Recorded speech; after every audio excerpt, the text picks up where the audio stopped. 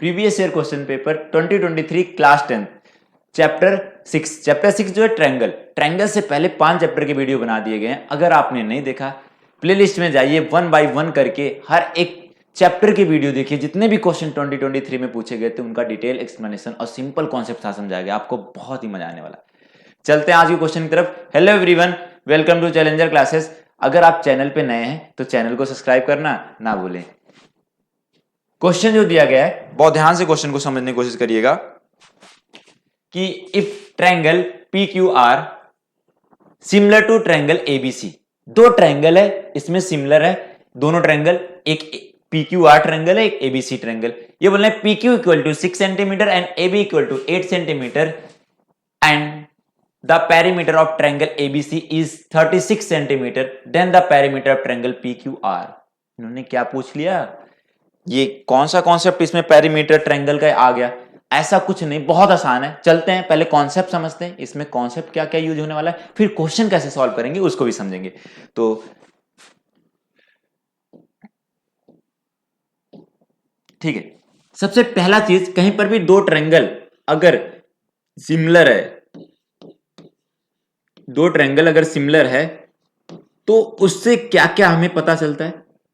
ये triangle PQ था, PQR था, और एक ट्रायंगल क्या है ABC है। ठीक है, ये दोनों ट्रायंगल सिमिलर है। ये है PQR, ये ABC, ये सिमिलर है। तो सिमिलर का मतलब क्या होता है? सिमिलर का मतलब ये होता है कि जहां पर भी दो ट्रायंगल सिमिलर हो गए तो उनके साइज और शेप में दोनों में तुलना करना पड़ेगा। अब तुलना किस चीज का करेंगे? शेप और साइज क्या दोनों बराबर होंगे? केवल शेप बराबर होगा। इसमें केवल शेप बराबर होता है, साइज से कोई मैटर नहीं होता। साइज छोटा है बड़ा है, शेप अगर सेम है तो हम उसको बोलेंगे क्या? ये दोनों ट्रायंगल सिमिलर हो सकते हैं। अब इससे अगर सिमिलर है तो उसे मैथमेटिकली हमें क्या पता चलता है उससे हम देखते हैं। अगर कहीं पर सिमिलर है तो उसके कोरिस्पॉन्डिंग साइड का रेशियो लोगे, जैसे हमने पी क्यू अपॉन में ए बी, ये बराबर हो जाएगा अगले दो साइड पी आर अपॉन में ए सी इक्वल हो जाएगा क्यू आर अपॉन में किसके? बीसी के। ये कोरिस्पॉन्डिंग साइड का रेशियो है। और एक चीज और पता चलने वाला, इनके कोरिस्पॉन्डिंग एंगल भी बराबर हो जाएंगे। Angle P equal to angle A हो जाएगा, और angle Q equal to angle B हो जाएगा, और एंगल R इक्वल टू किसके हो जाएगा? Angle C। ये कोरिस्पॉन्डिंग एंगल है।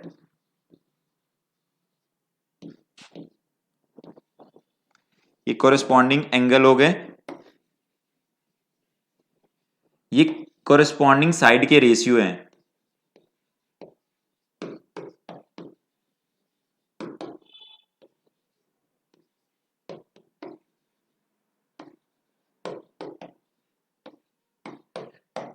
ठीक है, अब ये समझ में आ गया कि कहीं पर भी दो ट्रायंगल अगर सिमिलर होते हैं तो उनके कोरिस्पॉन्डिंग साइड के रेशियो इक्वल हो जाते हैं, उनके कोरिस्पॉन्डिंग एंगल इक्वल हो जाते हैं। लेकिन हमें इससे क्वेश्चन पे भी कोई मतलब नहीं पता चला।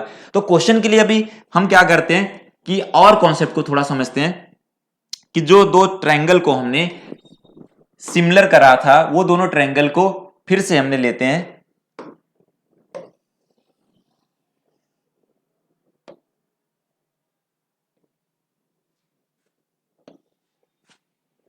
ठीक है, देखना ध्यान से। अब अगर इन दोनों ट्रायंगल को हमने सिमिलर कर लिया तो यहां से क्या पता चलने वाला है कि अगर मैं इनके कुछ नंबर वैल्यू ले लें, इनके साइड के नंबर ले लें, तो ये देखो ऐसे मान लो इसको 2 लिया, ये 4 रेशियो में, ये 3 ले लिया, इसको 6 ले लिया, ये 5 ले लिया, और ये हो जाएगा कितना? ये हो जाएगा आपका 10। अब अगर इनके किसी भी दो साइड का रेशियो निकालिए, किसी भी दो साइड का रेशियो निकालेंगे तो इक्वल आएगा। तो इसका मतलब हम बोल सकते हैं ट्रायंगल सिमिलर होंगे तभी तो इक्वल आ रहा है। देखो 2 अपॉन में 4 करो, वो भी कितना आने वाला? 1/2 आने वाला।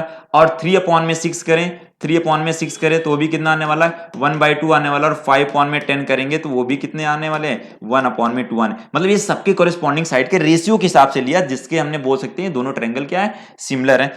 अब अगर ये सिमिलर है तो इनमें एक चीज के और होता है कि अगर हम इनका पेरीमीटर ले लें, इनका पेरीमीटर निकालें, तो ध्यान से पेरीमीटर कैसे निकलेगा? पेरीमीटर ऑफ ट्रायंगल PQR अगर निकालोगे तो क्या होगा, वो सारे साइड का सम होगा। पेरीमीटर होता है सम ऑफ ऑल साइड, इन सारे साइड का सम करोगे तो पेरीमीटर निकलेगा। तो ये पी क्यू प्लस क्या हो जाएगा, Q R plus R P, इनका हो जाएगा। और पेरीमीटर ऑफ हम करें अगर इस, ठीक है, अब पेरीमीटर ऑफ एबीसी का निकालते हैं।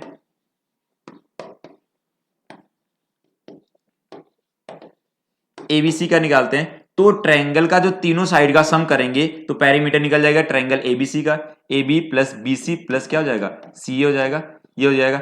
अब देखो इनका सम निकालें तो हमें क्या करना है कि इनके कॉरेस्पॉन्डिंग साइड के रेशियोज में और इनके पेरीमीटर में कोई रिलेशन होता है वो समझना है। अभी हमने क्या क्या समझे कि अगर कहीं पर भी दो ट्रायंगल सिमिलर हैं तो उनके कॉरेस्पॉन्डिंग साइड के रेशियो और कॉरेस्पॉन्डिंग एंगल बराबर हो जाएंगे। लेकिन हमें क्या करना, उसकी एग्जांपल भी एक लेके देखा कि टू ऐसा कुछ ट्रायंगल होगा, एक ट्रायंगल का साइड 2 3 5 होगा और एक का 4 6 10 होगा, इनके कॉरेस्पॉन्डिंग साइड कहीं से भी निकालो तो उनका हमेशा 1/2 आ रहा है।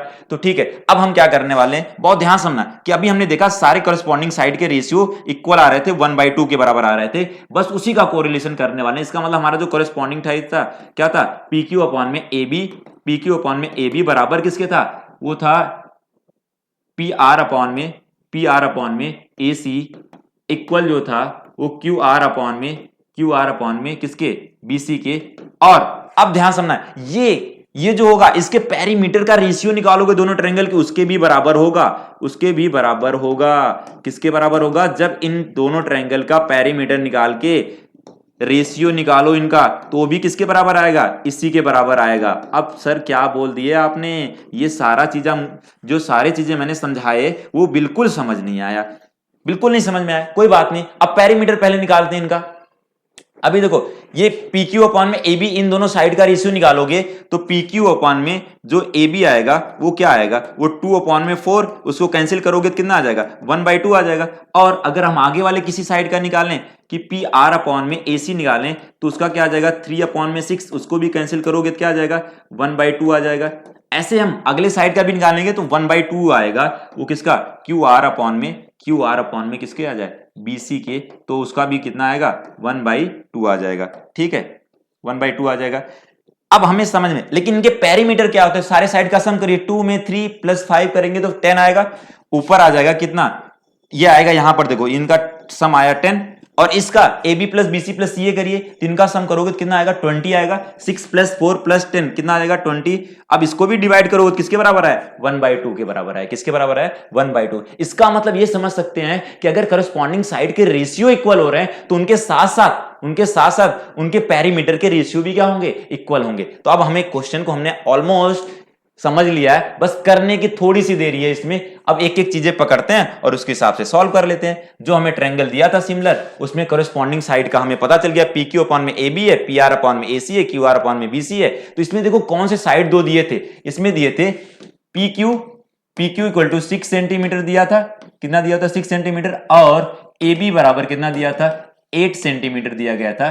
तो हमें perimeter of triangle A B C का 36 दिया हुआ है, triangle perimeter of triangle A B C का कितना दिया हुआ, 36 सेंटीमीटर दिया हुआ। तो हमें फाइंड क्या करना है, फाइंड करना है पेरीमीटर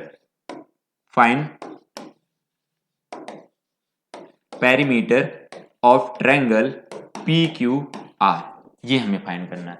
ठीक है, अब हमें फाइंड करने के लिए सेम इसी फॉर्मूले का यूज करो। देखो पी क्यू दिया, ए बी दिया, मतलब इनका रेशियो दिया हुआ, हम सीधे बोल सकते हैं जो पी क्यू अपॉन में ए बी बराबर किसके होगा, उसके पेरीमीटर के बराबर होगा। तो हम लिख सकते हैं पी क्यू अपॉन में ए बी इक्वल टू हो जाएगा किसके, perimeter of triangle P Q R upon में पेरीमीटर ऑफ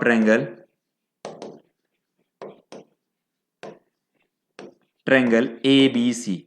ठीक है, अब पी क्यू और ए बी की वैल्यू दिया हुआ 6 अपॉन में 8, ध्यान समझना। अब पेरीमीटर हमें निकालना है ट्रायंगल, किसका निकालना है, perimeter of triangle P Q are का निकालना है। और नीचे हमें एबीसी का दिया हुआ, कितना दिया हुआ, 36 दिया हुआ। अब इसको सॉल्व कर लो आप, इसका इधर मल्टीप्लाई कर दीजिए, क्या निकल जाएगा, वहां से निकल जाएगा हमें पेरीमीटर ऑफ, अब इसका इधर मल्टीप्लाई करते हैं तो पेरीमीटर ऑफ ट्रायंगल PQR जो आने वाला है वो 6/8 मल्टीप्लाई 36 आने वाला है। ठीक है, अब बस कैंसिल करके आपको आंसर निकालना, वो पता चल जाएगा कितना पेरीमीटर आया। तो इसको हमने अगर डिवाइड करें तो 2 4 जा 8 और 2 3 जा 6 और जो आया उसको हमने 4 से डिवाइड कर देते, यहां आ जाएगा 9 आ जाएगा। ठीक है, 3 मल्टीप्लाई 9 ये किसके बराबर आ गया? ये 27 सेंटीमीटर के बराबर आया। किसके बराबर आया? 27 सेंटीमीटर के बराबर आया। तो इस क्वेश्चन के हिसाब से जो ऑप्शन आने वाला हमारा बी आने वाला है। कौन सा ऑप्शन सही हो जाएगा? B option. अच्छा, इस क्वेश्चन को करने में मैंने काफी टाइम लगाया, इसलिए लगाया कि आपको पहले कॉन्सेप्ट बिल्ड करना था, कॉन्सेप्ट समझाना था, इसलिए आपको करने के लिए 1 से 2 मिनट लगना चाहिए। अगर इससे ज्यादा लग रहा है तो इसका मतलब आपका टाइम में कमी पड़ेगी, 3 घंटे की जो भी पेपर में करने वाले हैं। तो क्वेश्चन समझ में आ गया होगा आपको, बहुत अच्छे से कॉन्सेप्ट समझ में आया होगा। अगर अच्छे से समझ में आया तो एक कमेंट करना ना भूलें और एक वीडियो अपने दोस्तों तक शेयर करना ना भूलें जिससे उनका भी फायदा हो सके। आज के लिए इतना, धन्यवाद।